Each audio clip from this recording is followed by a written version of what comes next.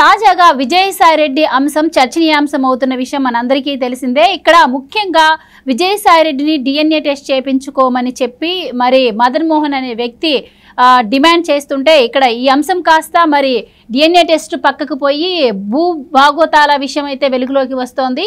మరి గత ప్రభుత్వ హయాంలో జగన్మోహన్ రెడ్డి గారి దగ్గర నుంచి ఆయన నాయకులు మరి ఉత్తరాంధ్రలో ఎంతగా భూ కబ్జా చేశారో, ముఖ్యంగా ఇందులో విజయసాయిరెడ్డి పేరు ఎంతగా వినిపించిందో మనందరికీ తెలుసు. అయితే ఇందులో ఇన్వాల్వ్ అయినటువంటి శాంతి అనే ఆవిడ కూడా మరి దేవాదాయ అసిస్టెంట్ కమిషనర్గా చేస్తున్న విషయం మనకి తెలుసు. అయితే ఆవిడను అడ్డు పెట్టుకొని మరి దేవాదాయ భూములను కూడా విజయసాయిరెడ్డి నొక్కేశారు అన్న అంశం అయితే ఇప్పుడు తాజాగా తెర మీదకైతే వస్తోంది. మరి ఇందులో భాగంగానే ఉత్తరాంధ్రలో వైసీపీని చిత్తుగా ఓడించారు అని కూడా అంటున్నారు.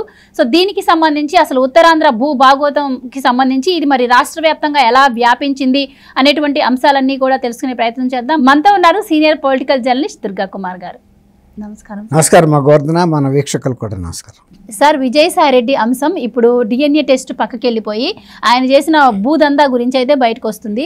ముఖ్యంగా జగన్మోహన్ రెడ్డి హయాంలో నేను విశాఖలో రాజధానిని ఏర్పాటు చేస్తానని చెప్పినా కూడా ఇప్పుడు ఇంత చిత్తుగా ఎందుకు ఓడిపోయింది అని చాలా మందిలో కూడా ఒక ప్రశ్న అయితే ఉంది. అందుకు నిదర్శనమే ఈ వైసీపీ భూ భాగోతం అంటున్నారు. సో ఇది కేవలం ఉత్తరాంధ్రతో ఆగలేదు, రాష్ట్ర వ్యాప్తంగా కూడా ఇది పాకింది అని చెప్పి అంటున్నారు. ముఖ్యంగా అసలు ఏంటి ఈ దేవాదాయ శాఖ అసిస్టెంట్ కమిషనర్ ఆయనకి ఎలాంటి హెల్ప్ చేసింది, అలాగే విజయసాయిరెడ్డి భూ దందా ఎంత మేర జరిగిందంటారు ఉత్తరాంధ్రలో? ఓవరాల్గా మీరు ఏం చెప్తారు? వైఎస్ఆర్సీపీ అధికారంలోకి రాగానే వాళ్ళు ఫస్ట్గా టార్గెట్ చేసుకుంది అమరావతి రాజధానిని ఆపేయటం, తర్వాత వైజాగ్ని పరిపాలనా రాజధాని చేయటం, తర్వాత కర్నూలు న్యాయ రాజధాని. ఈ విధంగా పెట్టుకుని వాళ్ళు ఒక భూ కబ్జా రాజధానిగా వైజాగ్ని పెట్టుకున్నారు కేంద్రంగా. వాళ్ళకి విజయవాడలో మనం భూ కబ్జాలు చేయలేమనేది వైఎస్ఆర్సీపీ వాళ్ళకి వెంటనే అర్థమైంది. అంత అమాయకులు కృష్ణా గుంటూరు జిల్లాలో ఉండరు, ఇక్కడ ఖచ్చితంగా ఎదుర్కొంటారు. మనం ఇలాంటి దందాలు కనుక మొదలు పెడితే మనం అధికారంలో ఉన్నా కూడా వెంటపడి ఏదైనా చేయగలరు. జగన్మోహన్ రెడ్డి గారు ఆయన ఇంటి చుట్టూతా 10 కోట్లతో రక్షణ కవచం పెట్టుకున్నాడంటేనే ఆయన కృష్ణా జిల్లాలో ఎంత అసౌకర్యంగా అభద్రత ఉన్నాడనేది మనకు అర్థమైపోయింది. ఆయనకు తెలుసు కృష్ణా జిల్లా పొటెన్షియాలిటీ ఏంటి అనేది. కాబట్టి ఇక్కడ మనం కెలకకూడదు, మనం సంపాదించుకోవాలనుకుంటే అక్కడికి వెళ్ళిపోవాలి. వైజాగ్ని కేంద్రంగా పెట్టుకుని మన ప్రతినిధి ఒక సామంతరాజు అక్కడ ఉండాలి. ఆ సామంతరాజు చాలా తెలివితేటలు కలిగినాడై ఉండాలి, తిమ్మిని బమ్మి చేయగలిగినాడు అయి ఉండాలి.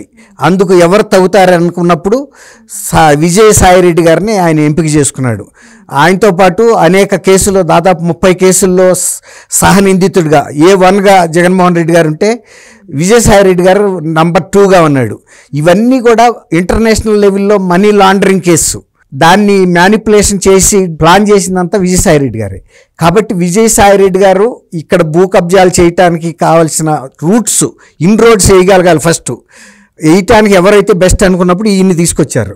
ఈయన ఒక్కడిగా రాలా, ఈయన కావాల్సిన సరంజామా అంతా బ్రిటిష్ వాళ్ళు కనుక ఇండియాని పరిపాలిస్తానికి వచ్చినప్పుడు ఏ విధంగా వచ్చారో ఆయన కూడా రకరకాల వ్యక్తుల్ని వ్యవస్థల్ని ఆయన ఎంబడి తెచ్చుకున్నాడు. ఇప్పుడు గవర్నమెంట్ ఏ శాఖలో కనుక భూమిలో ఎన్ని ఉన్నాయి అందులో లూప్ హోల్స్ పట్టుకుని మెల్లిగా ఎలా దూరాలి, ప్రైవేట్ వ్యక్తుల్ని ప్రవేశపెట్టాలి. పెట్టిన తర్వాత ఆ కేసెస్ వీళ్ళు భూ కబ్జా చేసినప్పుడు ఆ ప్రభుత్వ ఉద్యోగులు సైలెంట్ అయిపోతారు. అట్లాగే ఇతర శాఖల్లో కనుక వీళ్ళు దూరిన తర్వాత వాళ్ళు కేసులు వేయకుండా కూడా వాళ్ళు సహకరించాలి. తర్వాత ముందు ప్రభుత్వ భూములు ఎక్కడున్నాయి, అందులో లొసుకులు ఏమున్నాయి అనేది వీళ్ళకి చెప్తారు. తర్వాత వీళ్ళు గవర్నమెంట్ శాఖలో అడుగుతారు, ఇదిగో ఈ పలానా సాట మీ భూములు ఉన్నాయి అంటున్నారు, దానికి సంబంధించిన వివరాలు మా లాయర్లకు చెప్పండి అని అందులో లొసుకులు ఎతికి ఆ లొసుకుల ద్వారా వీళ్ళు ప్రవేశిస్తున్నారు. ఇది ఎట్లా బయటపడింది? ఇంతకాలం నుంచి తెలుగుదేశం వాళ్ళు చెబుతున్నారు భూ కబ్జాలు జరిగినాయి చాలా భారీ ఎత్తున. ఇళ్లకెళ్ళి కూడా బెదిరించారు ఇండస్ట్రియలిస్టుల్ని. ధర్మాన ప్రసాదరావు గారు ఒక మొన్న ఎన్నికల సభలో చెప్పాడు, కడప నుంచి వచ్చాడు ఒకడు సుబ్బారెడ్డి అని, భారీగా ఇక్కడ భూ కబ్జాలు చేస్తుంటే తన్ని పంపించాను. ఆయన మామూలు వ్యక్తి కాదు ధర్మాన ప్రసాదరావు గారు. ఆయన మంచి పరిపాలనా దక్షుడు, తర్వాత సీనియర్ రాజకీయ నాయకుడు, ధైర్యంగా మాట్లాడగలిగిన వ్యక్తి. కానీ కొన్నాళ్ళ పాటు ఆయన కూడా స్తబ్దుగా ఉండిపోయాడు. ఎందుకు ఉండిపోయాడంటే ఇప్పుడు ప్రతి వ్యక్తి ఎంత పెద్ద సీనియర్ నాయకుడైనా ముఖ్యమంత్రి కనుసరణలో బతకాల్సిందే కదా. ఇప్పుడు వాళ్ళ తండ్రి గారు మంత్రివర్గంలో పనిచేశాడు, రెవెన్యూ శాఖ మంత్రిగా.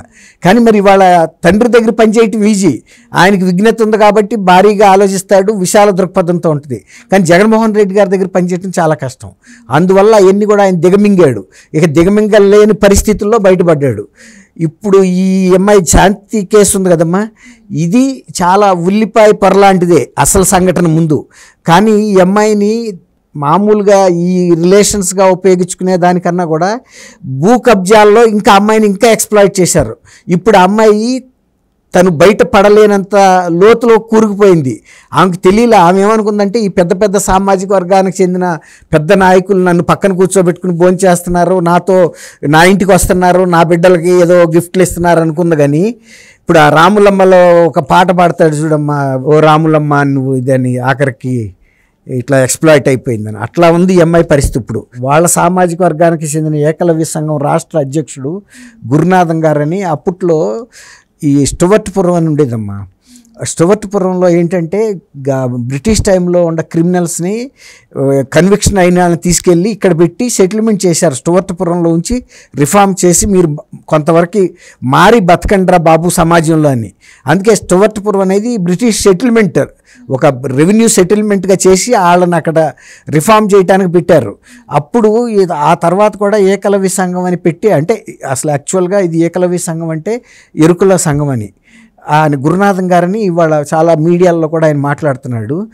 నేను నా స్టువర్ట్పురంలో నా సామాజిక వర్గం వాళ్ళని నేను సంస్కరించుకున్నా, కానీ అదేవిధంగా నేను వైఎస్ఆర్సీపీలో ఉన్న భూ కబ్జాదారులు కూడా సంస్కరించడానికి నేను ప్రయత్నించాను. అగ్రవర్ణాలకు చెందిన భూ కబ్జాదారుల్ని, మా వాళ్ళు ఎంత నేరస్తులో వీళ్ళు అంతే నేరస్తులు, కానీ వీళ్ళని సంస్కరించడం నా వల్ల కాలేదని చెప్పాడు. కానీ నా సామాజిక వర్గానికి చెందిన ఒక బిడ్డ శాంతిని అడ్డం పెట్టుకుని వాళ్ళు ఈ రకంగా భూ కబ్జాలు చేశారు. శాంతికి కూడా నేను చెప్పాను, అమ్మ నువ్వు జాగ్రత్త ఇలాంటి వాళ్ళతో అని. కానీ ఆ పిల్ల ఒక మాయలో పడిపోయింది ఈ భూ కబ్జాదారుల పెద్దల చేతిలో.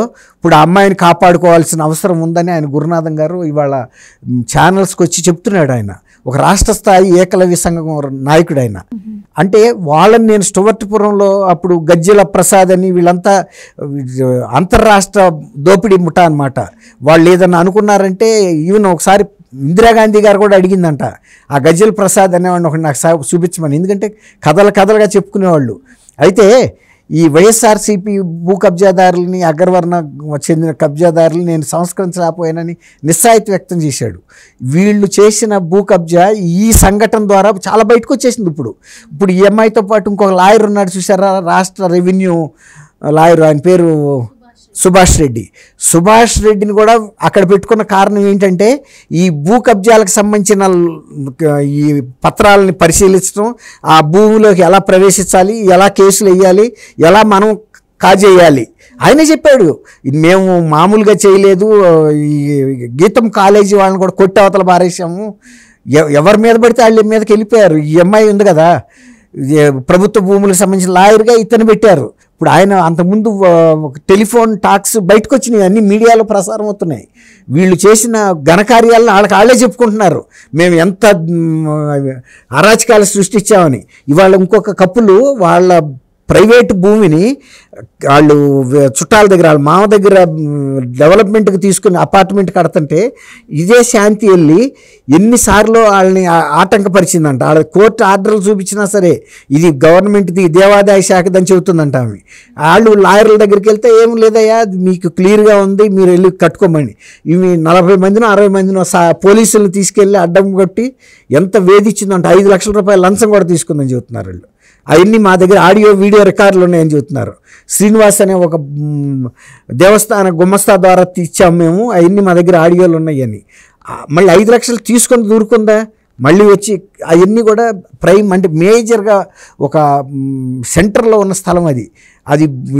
సాయిరెడ్డి గారు ప్రోద్బలంతోనే అమ్మాయి అడ్డుకుంది. అది సాయిరెడ్డి గారు కబ్జా చేయాలని ప్రయత్నిస్తున్నా వాళ్ళ కుటుంబ సభ్యులు వాళ్ళ మీడియా ముందుకు వచ్చి చెబుతున్నారు. ఇవాళ వాళ్ళు ఉత్తరాంధ్ర మీద టార్గెట్ చేసినప్పటికీ కూడా ఉత్తరాంధ్రతో పాటు ఈ భూ కబ్జాలు ఈ ప్రభుత్వ ఉద్యోగుల్ని వీళ్ళని ఉపయోగించుకుని చేశారనేది స్పష్టంగా తెలుస్తుంది. మరీ ఉత్తరాంధ్రలోను వైజాగ్లో ఇవాళ తెలుగుదేశం ప్రభుత్వం ఒక ప్రత్యేక సిట్ ఏర్పాటు చేసి వీళ్ళ దగ్గర అందరి దగ్గర కంప్లైంట్ తీసుకుని దానికి సంబంధించిన కేసు వివరాలన్నీ తీసుకుని కేసు ఫైల్ చేయడంతో పాటు వాటిని ఎవరైతే బాధితులు ఉన్నారో వాళ్ళకి హ్యాండ్ ఓవర్ చేయాల్సిన పరిస్థితి అయితే ఉంది. చాలా కుటుంబాలు ఇరుక్కుపోయినాయి వీళ్ళ కబందాస్తాల్లో. మామూలు కబ్జా కాదు ఇది, చాలా భారీ ఎత్తున ఒక తిష్టేసి కూర్చున్నట్టున్నాడు. ఆయనకి అసలు వైజాగ్తో పని ఏముంది? అసలు ఆయన సొంత జిల్లానా? ఈ విజయసాయిరెడ్డి గారి దాంట్లోనే మనం వింటున్నాం ప్రేమ సమాజం భూములని, అలాగే దస్పల్లా భూములని, హైగ్రీవ భూములని, దేవాదాయ ఇలా చాలా భూములు కూడా కబ్జా చేశారు. సో వీళ్ళందరినీ కూడా ఆయన పావులాగా వాడుకున్నారు అనుకోవచ్చా దీంట్లో? ఈ శాంతి అయితే సుభాష్ రెడ్డి అని దీనిపై నిన్న చంద్రబాబు గారు శ్వేతపత్రం కూడా రిలీజ్ చేశారు. భూ కబ్జాల మీద శ్వేతపత్రం, గనుల శాఖ మీద కావచ్చు, భూ కబ్జాల మీద కూడా కావచ్చు. ఆయన చెప్పాడు 1000 కోట్లలో కబ్జా చేసేసారు అని చెప్పి. దీనిపై పేర్ని నాని లాంటి వాళ్ళు కూడా స్పందించడం జరిగింది. సో ఓవరాల్గా మరి వైసీపీ పార్టీ ఎలా స్పందించినా కూడా దానికి తగ్గ మూల్యం ఆల్రెడీ చెల్లించేసింది అనుకోవచ్చు మొన్న ఓటమితోటి. సో అందులో భాగమే అంటారా మొన్న ఓటమి ఉత్తరాంధ్రలో? కారణమే కానీ భూములు కూడా రిలీజ్ చేయాలి. బాధితులకు అందినాడే సరే న్యాయం జరిగినట్టు. వాళ్ళు ఓటమి చెందినా కూడా భూములు వాళ్ళ చేతుల్లో ఉన్నంత వరకు అసలు వాళ్ళు నష్టపోయారు, వీళ్ళు భూ కబ్జాదారుల చేతుల్లోకి చేరిపోయినాయి. ఆ భూములు వదిలించాలి, చెరబట్టుకుని కూర్చున్నారు వాళ్ళు. వాటిని వదిలించినప్పుడే వాళ్ళకి తిరిగి హ్యాండ్ ఓవర్ చేయాలి. ఇవాళ పాపం ఒక భార్యాభర్త మీడియాలో వచ్చింది, సోషల్ మీడియాలో ఎంత మొత్తుకుంటున్నారో, మమ్మల్ని ఎవడో కేర్ చేయలేదు, ఈ అమ్మాయి సాధారణ వ్యక్తి కాదు, చాలా అసాధారణమైన వ్యక్తి, లంచాలు తీసుకుంటే తర్వాత వెళ్ళి ఈ విజయసాయిరెడ్డితో మిలాఖత్ అయ్యి ఈ రకంగా భూములు కబ్జా చేశారు వీళ్ళు. అందులో ఈ వాటా లేదనుకోవటానికి కూడా వీల్లేదు. ఇప్పుడు వస్తున్న పరిణామాలను చూస్తుంటే ఈమె అనుకున్నంత అమాయకురాలు కూడా కాదు. ఖచ్చితంగా ఈ భూ కబ్జాల్లో తన వాటా తను తీసుకుందని కూడా అర్థమవుతుంది. ఏదో వాళ్ళు ఇచ్చిన తులమో ఫలమో తీసుకోవటం కాదు, అది మొదట్లో జరిగి ఉండొచ్చు. కానీ ఎప్పుడైతే వీళ్ళిద్దరూ పెద్ద పెద్ద భూ కబ్జాల్లోకి వెళ్ళారో ఈమె అంచనా వేయలేని వ్యక్తి కాదు. ఇప్పుడు ఆయన గురునాథం గారు కూడా చెబుతున్నాడు, ఈ పిల్ల చాలా తెలివిగలది, కాకపోతే ఆ తెలివి మొత్తం మిస్యూజ్ చేసుకుంది. ఐఏఎస్ అయ్యేది, రేపు కమిషనర్ అయినప్పుడు కన్ఫర్డ్ ఐఏఎస్ కూడా అయ్యేదే, అందులో పెద్ద విషయం కాదు. ఈ అమ్మాయి చాలా చిన్న వయసే, ఇప్పటికి దాదాపు 35 ఏళ్ళు అమ్మాయికి, మళ్ళీ ఇంకా 25 ఏళ్ళ సర్వీస్ ఉంది. ఆ 25 ఏళ్ళలో డెఫినెట్గా 10-15 ఏళ్లలోనే అవుతుంది. ఇంకా 10 ఏళ్ళు కన్ఫర్డ్ ఐఏఎస్గా కూడా సర్వీస్ ఇవ్వగలిగిన ఇది ఉంది అమ్మాయికి ఏజ్. కానీ ఆ అమ్మాయి తప్పుదోవలో పట్టేసింది. ఇవాళ అమ్మాయి ఉద్యోగం కూడా ఉండదు. ఎట్టి పరిస్థితుల్లోనూ అమ్మాయిని శాక్ చేస్తారు. ఎందుకంటే ఈ కంప్లైంట్స్ అన్నీ బయటకు వచ్చినాయి అంటే వీళ్ళందరూ భూ కబ్జాలు గవర్నమెంటే ఫైల్ చేయాలి, కేసు గవర్నమెంటే ఫైల్ చేయాలనేసి వచ్చినప్పుడు ఖచ్చితంగా వాళ్ళ ఆఫీసర్ మీద గవర్నమెంటే ఫైల్ చేసినప్పుడు రేపు అమ్మాయిని డిస్మిస్ చేయమంటుంది ఏ కోర్టు అయినా శిక్ష పడినప్పుడు. ఆ అమ్మాయి మామూలుగా చిక్కల. ఇప్పుడు ఈ తను అధికారాలను ఉపయోగించి వీళ్ళకి భూ కబ్జాలు చేసి పెట్టి తను వాటా తను తీసుకుంటానికే వెళ్ళింది, అంతే తప్ప అమాయకంగా వెళ్ళిందనే మాట కూడా ఎవరు చెప్పలేదు. సో ఇది కేవలం డిఎన్ఏతో ఆకుండా అది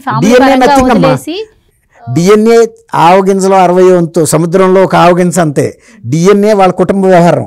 కానీ భూ కబ్జాలు చేసి ప్రజలందరినీ ప్రజా బాహుళ్యం దెబ్బతిన్నారు. ఇక్కడ గవర్నమెంట్ ల్యాండ్స్ కొంతమంది పరిమితమైన వ్యక్తుల చేతుల్లోకి వెళ్ళిపోయినాయి. ఇప్పుడు విజయసాయిరెడ్డి గారు అక్కడ ఇన్నాళ్ళ నుంచి తిష్టేసి కూర్చుంది ఈ భూముల కోసం, అంతేగాని ఇవన్నీ అందులో ఈ సబ్ డ్రామా, ఈ డిఎన్ఏలన్నీ ఈ కాలక్షేపంగా కూర్చోలేరు కదా, ఏదో ఒకటి ఉండాలి కదా, అది జరిగినాయి. రైట్ సార్, థ్యాంక్ యూ అమ్మ గోవర్ధన మన వీక్షకులు.